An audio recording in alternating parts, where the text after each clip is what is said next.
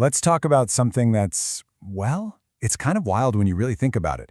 How can a memory, something that feels like it only exists in your head, actually cause real physical pain? You know, like a wound from the past showing up as a headache today, or chronic back pain that just won't quit. We're going to dive into exactly that because the answer is all about this incredible, powerful connection between our minds and our bodies.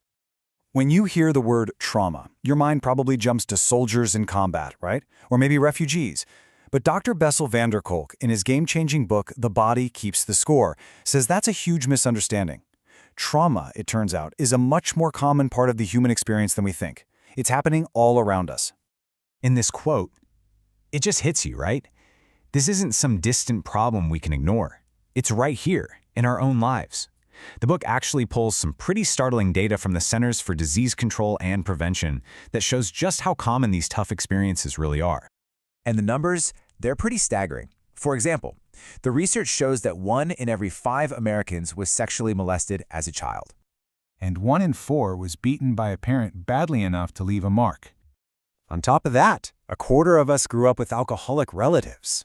When you hear all of those numbers back to back, you realize, wow, this isn't about some small, unlucky group of people. This is about, well, us. It's about our communities. So that brings us right back to the central mystery. How does an invisible wound from years ago create such real physical suffering right now? Well, the link isn't just a hunch. It's backed by some pretty shocking data. I mean, just look at these numbers.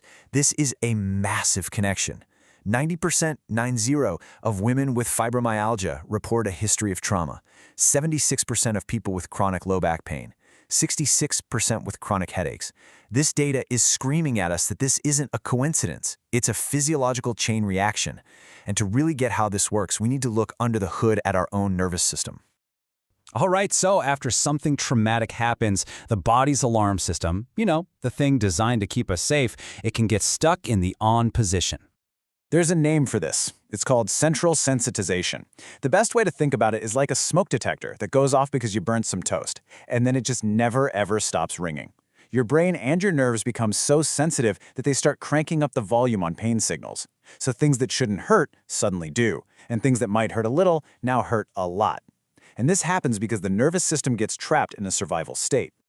So according to polyvagal theory, our nervous system basically has 3 settings. The first one is safe and social. That's when we feel calm, connected, and good. But when we sense danger, we shift into fight or flight, getting ready for action. And if the threat is just too big and we can't get away, we go into freeze. Trauma can literally lock our bodies into those last 2 states, fight, flight, or freeze. So we're constantly on guard even when the threat is long gone. And a body that's always on high alert, that creates another really serious problem.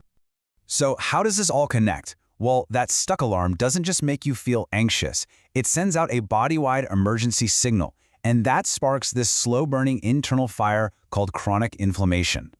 Now hold on, not all inflammation is the enemy. Acute inflammation, like the swelling you get around a cut, that's your body doing its job. It's essential for healing. The problem is chronic inflammation. Think of it as this low-grade fire that's always smoldering throughout your body, fueled by that constant stress. And this damaging state, it's now seen as a major driver behind many of our biggest diseases.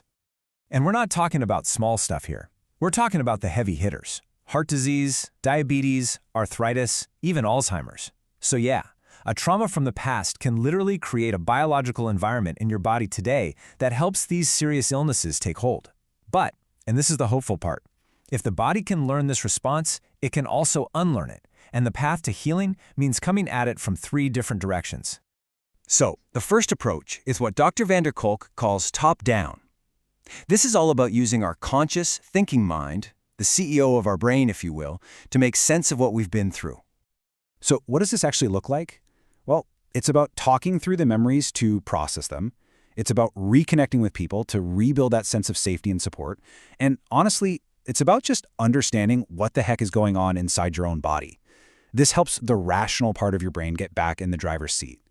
But, talking by itself isn't always the whole answer. And that's where the second approach comes in.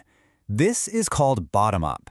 And this time, we're kind of bypassing the thinking brain and working directly with the body to calm down that stuck alarm system.